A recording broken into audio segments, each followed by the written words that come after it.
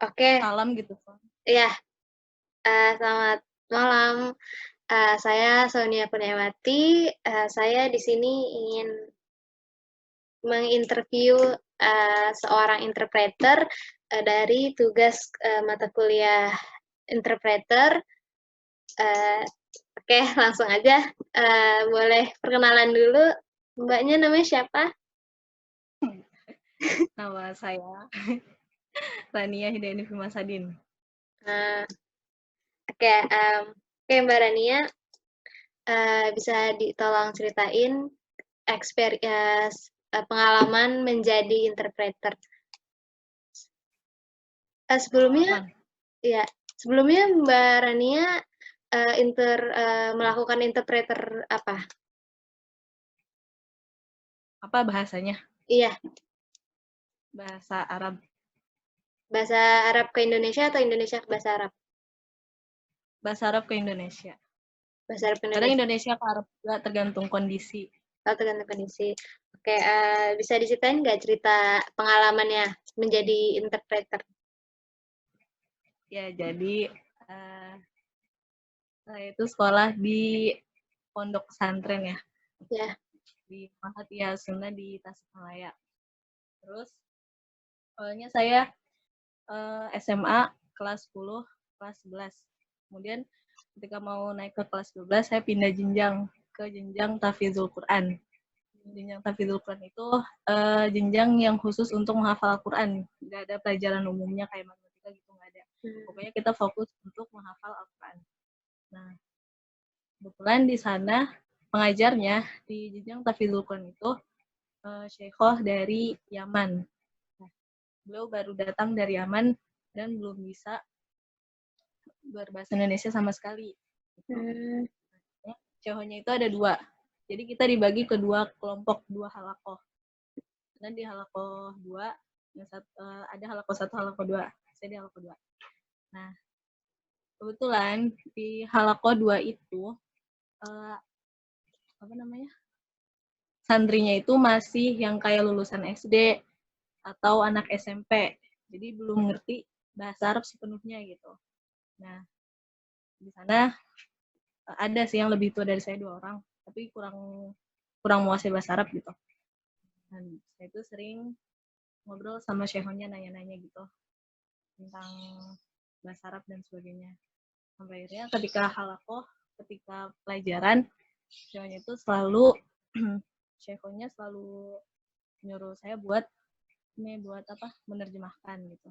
Nah, akhirnya sejak dari sana setiap syekhonnya ngasih pelajaran atau apa, jadi saya yang nerjemahin buat ke santri-santri di halakoh itu gitu. Nah, karena tinggal di Indonesia, syekhonnya dikasih tempat tinggal juga sama lembaga. Jadi emang belum paham bahasa Arab bahasa Indonesia sama sekali. Suaminya, anak-anaknya juga belum paham, sampai ke warung juga kan belum paham. Nah, awal-awal tuh minta anterin sama saya gitu, supaya nanti nerjemahin ke kasir atau kemana gitu. Ya, dari sana gitu. jadi setiap ada itu saya nerjemahin syekhonnya. Hmm, Namanya biasa- Ustazah namanya siapa? Umu Ahmad. Oh, biasanya yang paling sering diterjemahin itu apa? Kegiatan sehari-hari atau Ya, yang paling sering terjemahin kan tadi kita masuk ke halakoh atau pelajaran itu pas jamnya syekho itu jam 8 pagi sampai jam 11. Nah, di sana kita ini kan apa namanya? Menyetorkan hafalan Al-Qur'an di sana. Nah, syekhonya tuh selalu ngasih nasihat atau tambahan pelajaran sedikit pakai bahasa Arab kan di sana. Nah, di sana saya mulai ketika syekh menjelaskan nggak semuanya ngerti.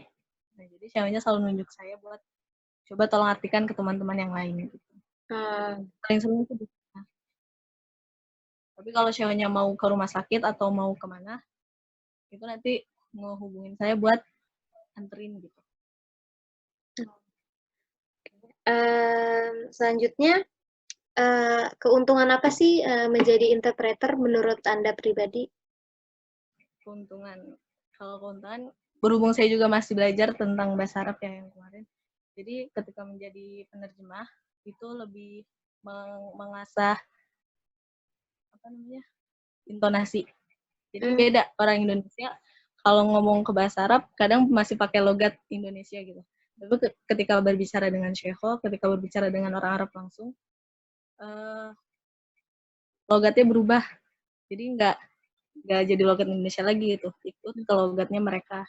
Nah ini yang paling bagusnya gitu. Ketika berbahasa Arab, mengikuti logat mereka. Terus yang kedua, menambah mufrodat. Nah, kadang kalau misalnya mengartikan, nah, Syekhonya itu kan dari Yaman. Jadi bahasa Arab itu ada dua. Ada bahasa Arab Fushah sama bahasa Arab Amiyah.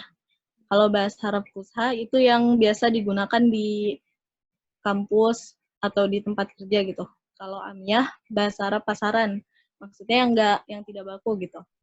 Nah, Syekhonya itu ya, Syekhonya itu lebih mahirnya di bahasa Arab Amiyah, kurang di bahasa Arab Fushahnya gitu. Jadi kadang keceplosan ngomong Amiyah gitu. Nanti saya minta artiin ke yang Fushah. Nah, di sana nambah mufradat, nambah kosakata gitu yang nggak saya tahu di bahasa Arab Amiyahnya. Terus itu kosakata kan? Ya, kayak vocab gitu kalau di bahasa Inggris kan vocab, kalau di bahasa Arab namanya mufradat. Mufradat. Ya. Terus keuntungan yang ketiga, kita jadi lebih lancar berbahasa Arab gitu.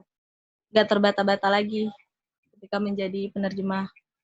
Kemudian ketika mengartikan suatu teks, itu juga lebih terasa karena udah sering menerjemahkan. Jadi ketika mengartikan teks, itu lebih bagus bahasanya gitu. Udah.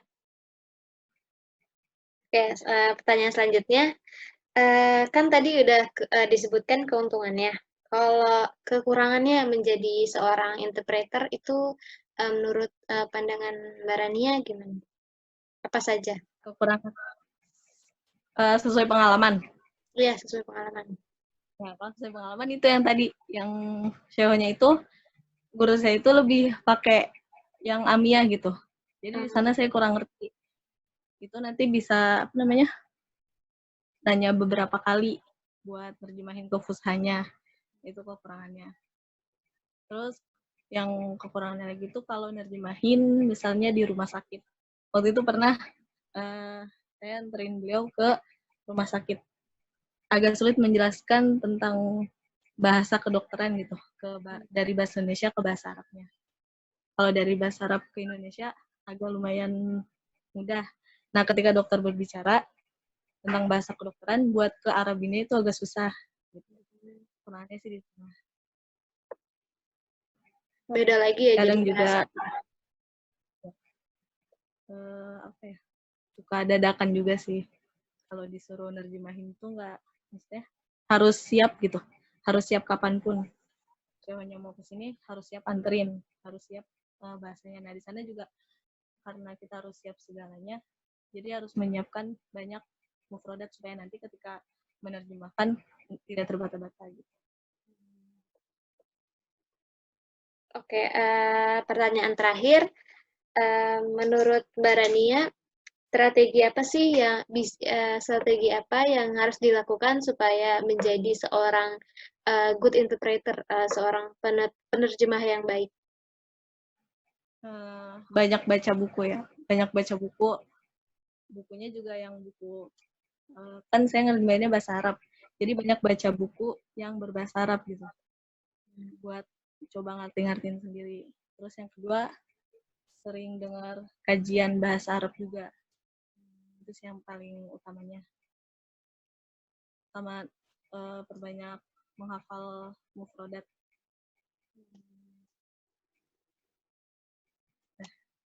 Udah. Oke, makasih Mbak Rania atas waktunya. Apa lagi ya? I think that's all. Saya pikir ulang. Terima kasih Mbak Rania atas waktunya. Semoga lancar menjadi terus menjadi interpreternya. Dan Amin. semoga undangannya buru ya. Eh, ya udah, makasih ya. Ya, Ya, selamat malam. Assalamualaikum. Assalamualaikum warahmatullahi